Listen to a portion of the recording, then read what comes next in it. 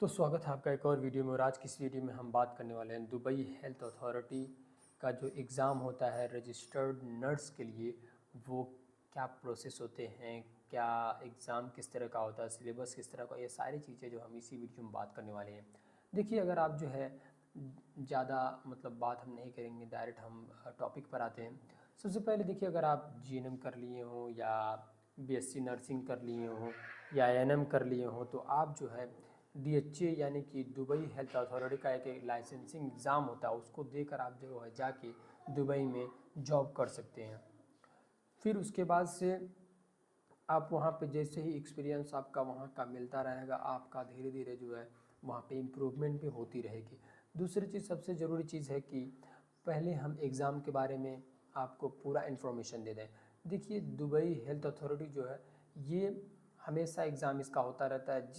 जब भी आपका एलिजिबिलिटी पूरा हो जाए, जब भी आपके पास उतना पैसा हो जाए, यानी कि इसका जो टोटल फ़ीस लगता है वो 240 यूएसडी लगता है। और जब ये कंप्लीट हो जाए आपके पास, तो आप जो है ये एग्ज़ाम दे लीजिए, ठीक है।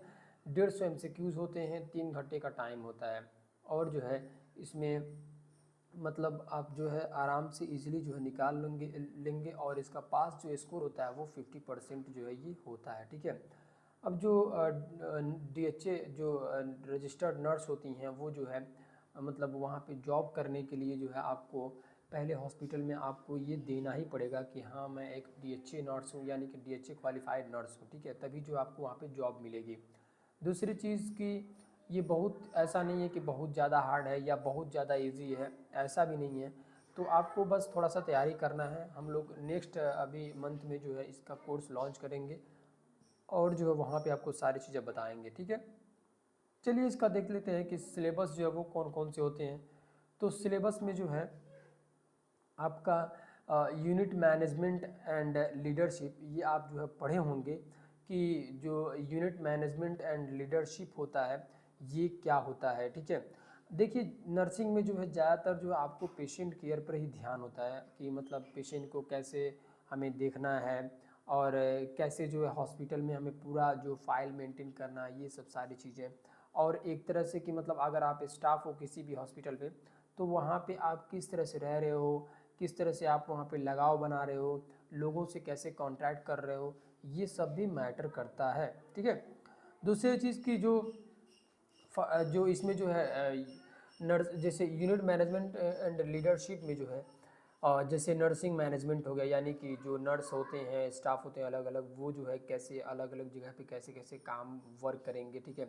आउट पेशेंट इन पेशेंट के साथ लीडरशिप स्किल्स जो है ये आपके पास होनी चाहिए। इसके भी बारे में आपको जो है यहाँ पे क्वेश्चन बन सकते हैं।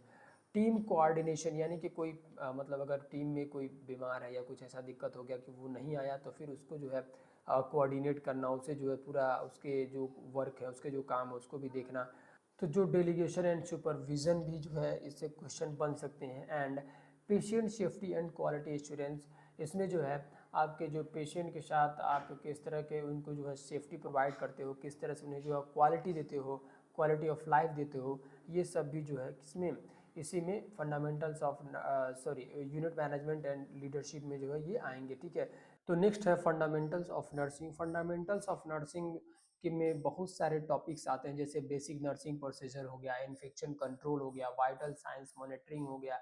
इसमें जो आप इन्फेक्शन कंट्रोल से रिलेटेड जो है क्वेश्चन, वो जैसे डिजीजेस के कैसे फैल सकते हैं, कैसे इन्फेक्शन हो सकता है, उसको कैसे कंट्रोल करना है, vital science monitoring, medication administration, patient care principles, documentation, ये सब जो है किसमें आएंगे, फंडामेंटल्स ऑफ नर्सिंग में आएंगे, ठीक है। अगला है वो है maternal child nursing. Maternal child child nursing में आप जो है एंटीनेटल केयर, यानी कि जब बच्चा जो है वो पेट में होता है, यानी प्रेगनेंसी के टाइम जो है वो बच्चे को कैसे केयर करना, ये सब सारी चीज़ें जो है आप इसमें पढ़ते हैं। और इससे जो रिलेटेड क्वेश्चन बनेंगे। और लेबर एंड डिलीवरी टाइम किस तरह का, पोस्ट नेटल जो होता है केयर, वो कैसे होता है, ये किस तरह के क्वेश्चन जो है बन सकते हैं, ठीक है। Newborn assessment, child growth and development, paediatric nursing care, ये सब जो है किसमें, मैटरनल चाइल्ड नर्सिंग में ये टॉपिक है और इसी से रिलेटेड जो है क्वेश्चंस बनेंगे। अगला टॉपिक है एडल्ट नर्सिंग। एडल्ट नर्सिंग में जो है मेडिकल सर्जिकल नर्सिंग होगा, ठीक है, कार्डियोवैस्कुलर डिसऑर्डर होगा, रेस्पिरेटरी डिसऑर्डर होगा, इंडोक्राइन डिसऑर्डर होगा, जैसे कार्डियोवैस्कुलर में हाइपरटेंशन हो गया, हाइपोटेंशन हो गया, और रिस्पिरेटरी में जैसे अस्थमा हो गया, टीबी हो गया, इंडोक्राइन डिसऑर्डर जैसे थायराइड हो गया, और भी बहुत सारे जो एंडोक्राइन से रिलेटेड हो गए, ठीक है। न्यूरोलॉजिकल डिसऑर्डर में आपका जो ब्रेन से रिलेटेड या मतलब स्पाइन से रिलेटेड जो वो दिक्कत हो गई, ठीक है। गैस्ट्रो इंटेस्टाइनल डिसऑर्डर हो गए, रीनल डिसऑर्डर हो गए, इमरजेंसी नर्सिंग जो है ये सब जो है किसमें आएंगे, एडल्ट नर्सिंग में जो ये सब आएंगे, आपको इससे रिलेटेड जो है क्वेश्चन मिलेंगे, ठीक है। दूसरी चीज़ देखिए, हमेशा आप ध्यान रखिएगा कि कोई भी चीज़ जो है ऐसे जल्दीबाजी में नहीं कीजिएगा, आप घबरा कर करेंगे और जो है पैसा जो है वो आपका जो लगने वाला है वो है 240 USD।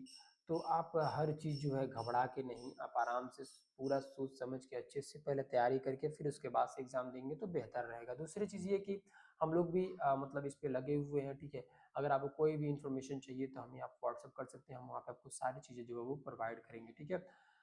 तो अगर कोई भी कन्फ्यूज़न होता है, चाहे कोई भी चीज़ आपको बात करनी रहती है, तो आप हमें व्हाट्सएप पर जो है वो मैसेज करके आप पता कर सकते हैं, हम बात कर सकते हैं, ठीक है। तो मिलता है नेक्स्ट वीडियो में, थैंक्स फॉर वॉचिंग।